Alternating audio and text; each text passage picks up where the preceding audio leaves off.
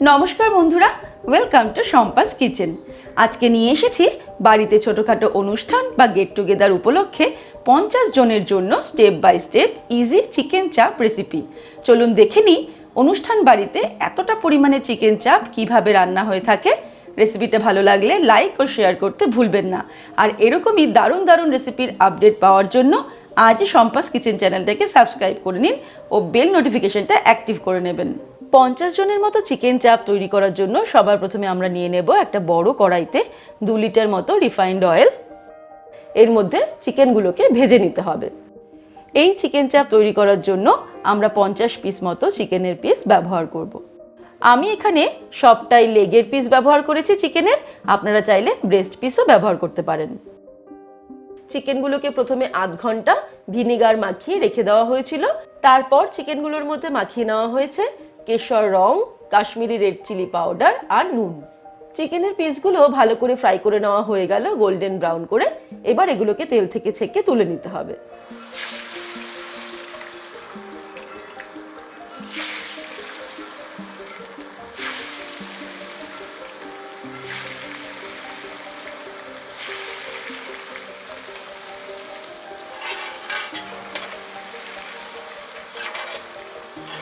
এবারে চিকেন চাপের জন্য বেশ কিছুটা মশলা নিয়ে নেওয়া হয়েছে। যেমন নেওয়া হয়েছে কাজু বাদাম 200 গ্রাম, পোস্ত 50 গ্রাম, চার মগজ 200 গ্রাম, সাদা সর্ষে 50 গ্রাম আর গোটা জিরে 50 গ্রাম। এগুলোকে কিন্তু বেশ কিছুক্ষণ একটু জলে ভিজিয়ে নিয়ে ভালো করে একটা পেস্ট তৈরি করে নিতে হবে। আর নিয়ে নিয়েছি পেঁয়াজ বাটা, এখানে প্রায় 1.5 কিলো পেঁয়াজ বেটে নেওয়া হয়েছে। আর এদিকে বেশ কিছুটা পরিমাণে আদা রসুনও বেটে নেওয়া হয়েছে।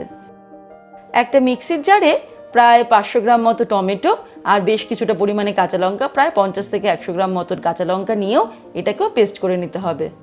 এবারে ভেজে রাখা মাংসের পিসগুলোর মধ্যে আমি সমস্ত উপকরণগুলো দিয়ে দিচ্ছি। যেমন দিয়ে দিচ্ছি পেঁয়াজ বাটা, আদা রসুন বাটা, তারপরে পোস্ত, চারমগজ, কাজু বাদাম, সর্ষে এগুলো দিয়ে যে পেস্টটা তৈরি করা হলো সেই পেস্টটা, সঙ্গে কিছুটা পরিমাণে কেশর রং, গোলাপ জল, কেওড়া জল, এগুলো সব একসঙ্গে মিশিয়ে, ধনেপাতা কুচানো, সমস্ত কিছু একসঙ্গে প্রথমে মিশিয়ে ভালো করে তেল দিয়ে একটা মিক্সচার তৈরি করে নেওয়া হয়েছে। আমরা যে মাংস ভেজেছিলাম সেই তেলটা ব্যবহার করে একটা মিক্সচার ভালো করে তৈরি করে নিয়ে আমরা মাংসের মধ্যে অ্যাড করে দিলাম। আর দিয়ে দিতে হবে টক দই, এখানে প্রায় 500 গ্রাম মতো টক দই দিয়ে দিতে হবে। এখানে মাংসগুলোকে ম্যারিনেট করার সময় আগে থেকে ভেজে না নিয়ে কাঁচা মাংসকেও কিন্তু ম্যারিনেট করা যেত, কিন্তু যেহেতু এতটা পরিমাণ চিকেন রান্না হচ্ছে তাই মাংসটা এমনি রান্না করলে না ভেজে সেটা একটু ছেড়ে ছেড়ে যেতে পারে পিসগুলো, তাই আগে থেকে একটু ভেজে নেওয়া হলো।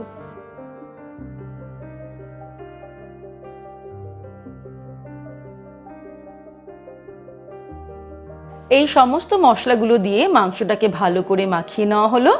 তারপর এইভাবে এটাকে রেখে দেওয়া হবে অন্তত আধ ঘন্টা থেকে 1 ঘন্টা। যত বেশি সময় আমরা রাখতে পারবো মাংসটা কিন্তু ততটাই সফট হবে। চিকেনটাকে ম্যারিনেট করার পর আধ ঘন্টা হয়ে গেলে আমি এর মধ্যে এবারে অ্যাড করে দিচ্ছি কিছুটা পরিমাণে মিঠা আতর সুগন্ধের জন্য। ছড়িয়ে দেব কিছুটা পরিমাণে গরম মশলার গুঁড়ো, যার মধ্যে নিয়েছি এলাচ, লবঙ্গ, দালচিনি আর জয়িত্রী। ছড়িয়ে দেব 100 গ্রাম খোয়া ক্ষীর বা মাওয়া। এবারে কড়াইতে তেল গরম করে তার মধ্যে ফোড়ন দিয়ে দেওয়া হবে তেজপাতা আর কিছুটা পরিমাণে গোটা গরম মশলা। তারপর এর মধ্যে দিয়ে দেওয়া হবে 50 গ্রাম মতো কোকোনাট পাউডার।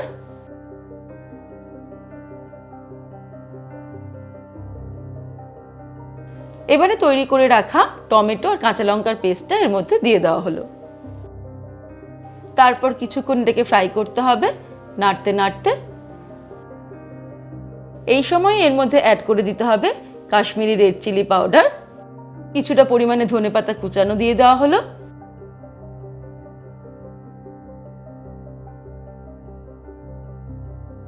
তারপর ম্যারিনেট করে রাখা চিকেনের পিসগুলো ম্যারিনেট সহ এর মধ্যে দিয়ে দেওয়া হলো।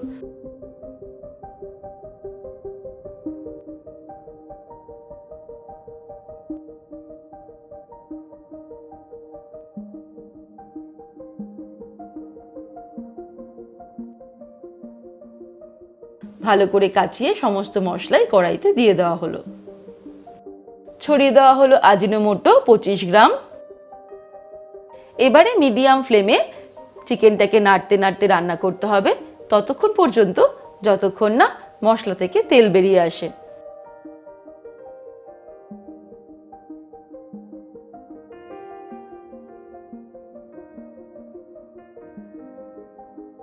নাড়তে নাড়তে রান্না করার সময় অ্যাড করে দিতে হবে লঙ্কার গুঁড়ো পরিমাণ মতো, নিজেদের স্বাদ অনুসারে অ্যাড করতে হবে, কতটা ঝাল প্রয়োজন সেই বুঝে। তারপরে দিয়ে দেব নুন, এটাও স্বাদ অনুসারে অ্যাড করতে হবে। এইভাবেই নাড়তে নাড়তে মিডিয়াম ফ্লেমে রান্না করতে হবে যতক্ষণ না গ্রেভি থেকে তেল সম্পূর্ণ ছেড়ে দিচ্ছে। আর আপনাদের যদি মনে হয় গ্রেভিটা একটু পাতলা করবেন তাহলে পরিমাণ মতো দুধ অ্যাড করে গ্রেভিটাকে একটু পাতলা করে নিতে হবে। প্রায় 10-12 মিনিট এইভাবে নাড়তে নাড়তে রান্না করা হলো। চিকেনটা এখন সিদ্ধ হয়ে গেছে, রান্নাটা প্রায় শেষের দিকে। এই সময় এর মধ্যে অ্যাড করে দিতে হবে পরিমাণ মতো ঘি,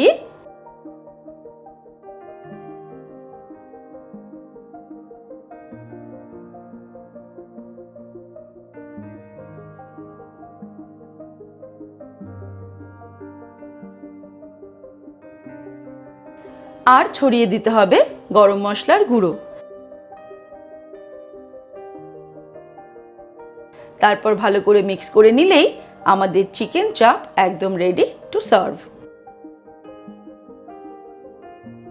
তাহলে দর্শক বন্ধুরা, আজকের এই রেসিপি আপনাদের কেমন লাগলো আমাকে ভিডিওর নিচে কমেন্ট সেকশনে কমেন্ট করে জানাবেন। ভালো লাগলে লাইক করার অনুরোধ রইল, আর বন্ধুদের সঙ্গে কিন্তু অবশ্যই শেয়ার করুন। ভালো থাকবেন, সুস্থ থাকবেন। আমি আবার হাজির হব নতুন নতুন রেসিপির সঙ্গে। নমস্কার।